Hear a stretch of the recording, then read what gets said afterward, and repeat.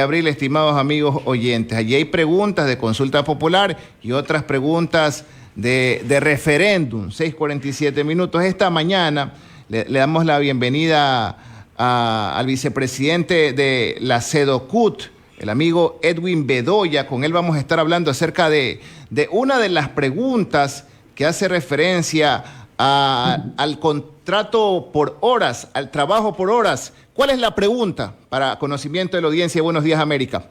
El gobierno plantea la siguiente interrogante: ¿está usted de acuerdo con enmendar la Constitución de la República y reformar el Código de Trabajo para el contrato de trabajo a plazo fijo y por horas cuando se celebre por primera vez entre el mismo empleador y trabajador sin afectar los derechos adquiridos de los trabajadores de acuerdo con el anexo 4? Le hacemos esa pregunta, don Edwin. ¿Qué opinión tiene respecto a este tema que plantea el gobierno de Daniel Noboa? Bienvenido, buenos días. Buenos días. Muchas gracias por la entrevista a Radio América. Un saludo a quienes nos escuchan por este medio. Bueno, nosotros lo que consideramos que es una pregunta que va a generar precarización laboral. Acuérdense que ya el contrato por hora lo tuvimos ya en el año 2005 con el gobierno de Lucio Gutiérrez, y en donde las estadísticas que se muestran desde el Banco Central dan el dato de que no hubo incrementos de empleos, más bien se precarizaron, y no hubo tampoco recuperación de la productividad, ni se crearon nuevas empresas, ni nuevos empleos. Entonces consideramos que esto va a generar una precarización laboral, porque va a haber el abuso de ciertos empresarios de despedir a nóminas, a plantillas de trabajadores que ya tienen un contrato a plazo fijo o contratos incluso de estabilidad, y van a contratar por hora. Es decir, despiden a los trabajadores que tienen este tipo de contratos y contratan a trabajadores por contrato por horas, y pagándoles menos del básico, porque eso también hay que decirlo. Entonces, esa es la condición que nosotros vemos que la Corte Constitucional se equivocó al validar esta pregunta, que estaba en la Constitución considerada como un trabajo precario y que estaba prohibido por la Constitución actualmente, y que está prohibido por la Constitución actualmente, ¿no? Ustedes van a hacer campaña entonces por el no, para que el ecuatoriano no respalde esta pregunta. ¿Únicamente van a estar a favor del no en esta pregunta o en las demás de igual forma van a rechazarlas?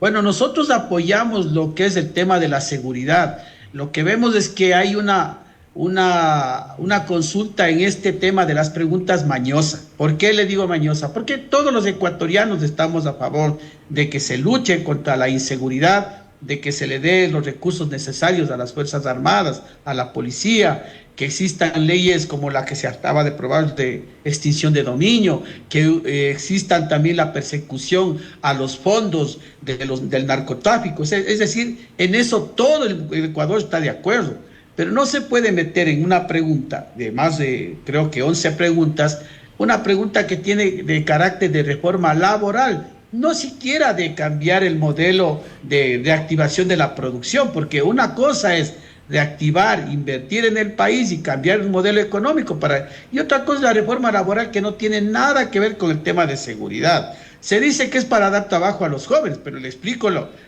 que le acabo de decir.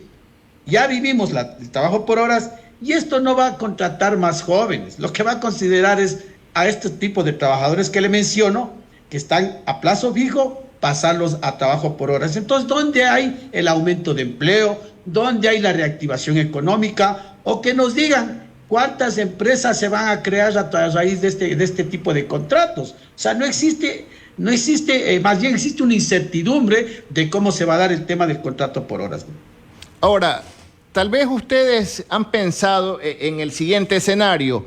En el caso de que el ecuatoriano respalde esta pregunta, ¿cuál debería ser la base económica para fijar la hora de trabajo? Porque ese es otro tema del que se ha hablado mucho, ¿no?, en los últimos días, y que justamente puede terminar en lo que usted advierte, ¿no?, en la precarización salarial de muchos trabajadores, por no decir de todos los trabajadores ecuatorianos.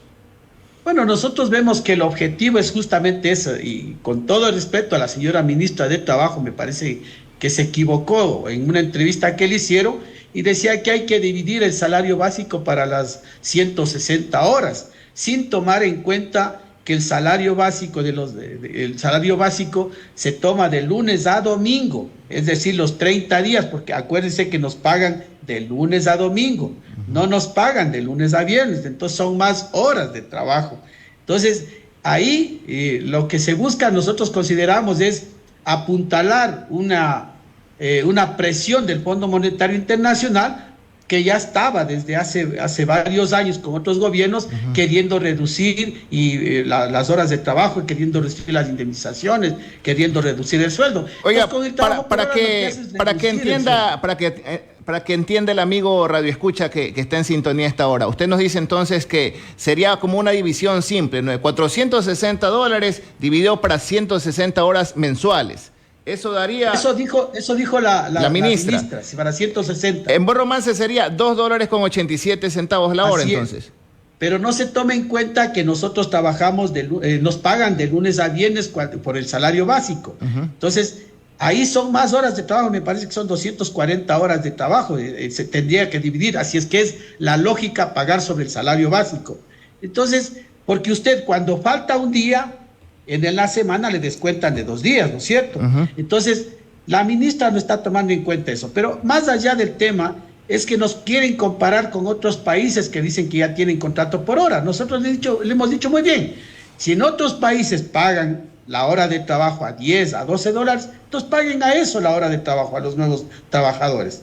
Entonces, ahí sí saltan hasta el cielo porque dicen que el país es el más caro, etcétera, etcétera. Pero no hay una lógica, sino más bien de obedecer lo que el Fondo Monetario les viene presionando. No va a haber recuperación de empleo, no se ha dado cifras ni se ha dado el número de empresas que van a invertir para poder decir que se van a contratar por horas a tantos jóvenes. Yo le pregunto a usted, si se despide a personas que tienen ya 10, 15, 8 o 20 años del trabajo para contratarlos por horas, ¿usted cree que les van a contratar a estas personas que tienen ya 40, 50 años de edad?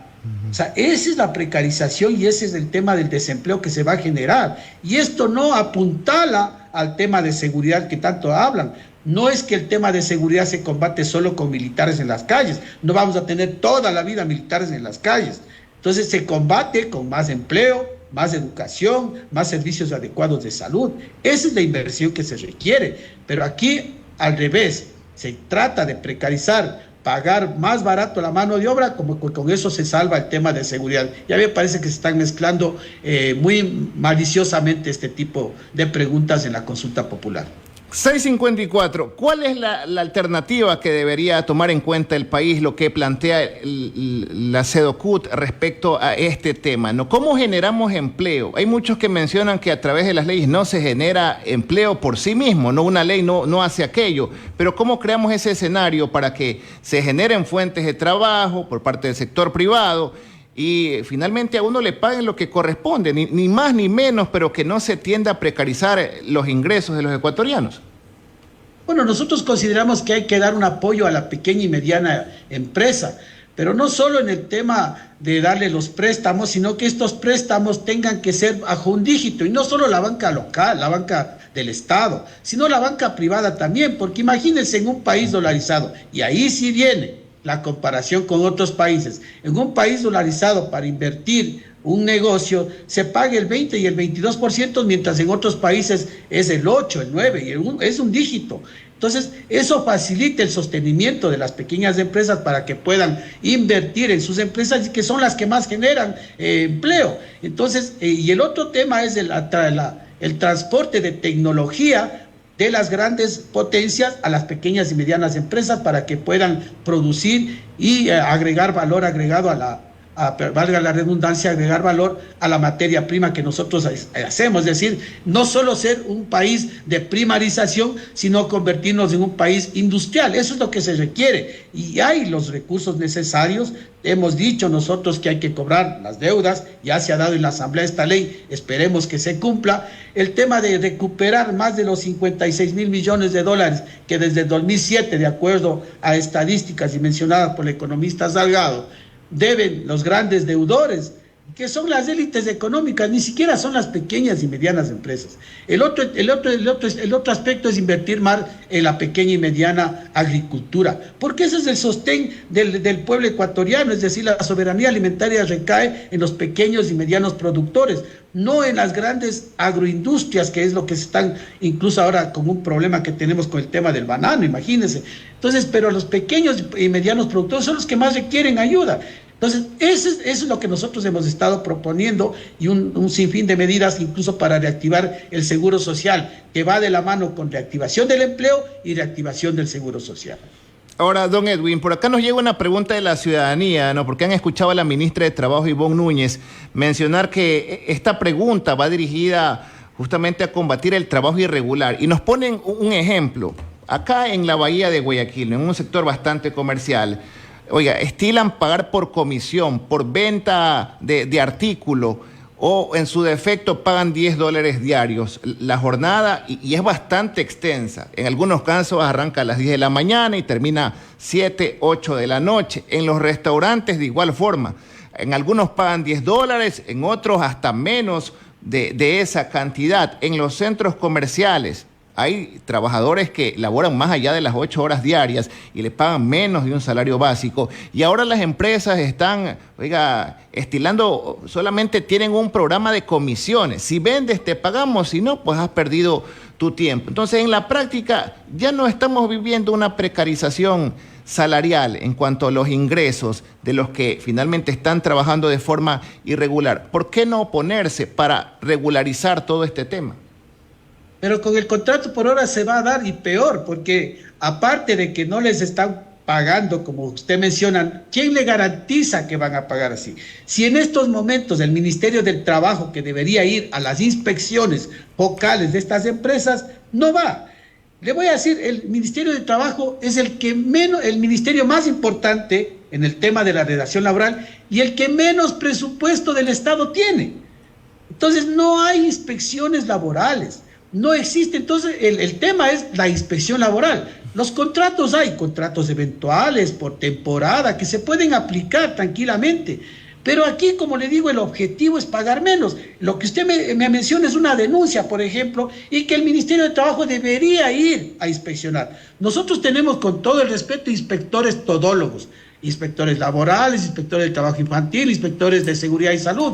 Tienen, creo, 7 o 8 trabajadores a nivel nacional que hacen inspección de seguridad y salud en el trabajo. Imagínense, para una cantidad de empresas que tenemos y una cantidad de trabajadores. Entonces, la responsabilidad tutelar significa que cuida los derechos de los trabajadores, que es del Ministerio del Trabajo, debería aplicarse. Entonces, sí requerimos, le hemos dicho al ministro que necesitamos, primero, una focalización de estas inspecciones, segundo, mejorar a las inspectorías de trabajo para que no haya corrupción, y tercero, aumentar el número de inspectores, volver a las inspecciones coercitivas, porque no, desgraciadamente las sanciones a estos malos empresarios no las hay, y hay muy pocas. Entonces, ese es el problema también, el papel del Estado en tutelar los derechos de los trabajadores. Le agradecemos su tiempo, don Edwin. Muchísimas gracias.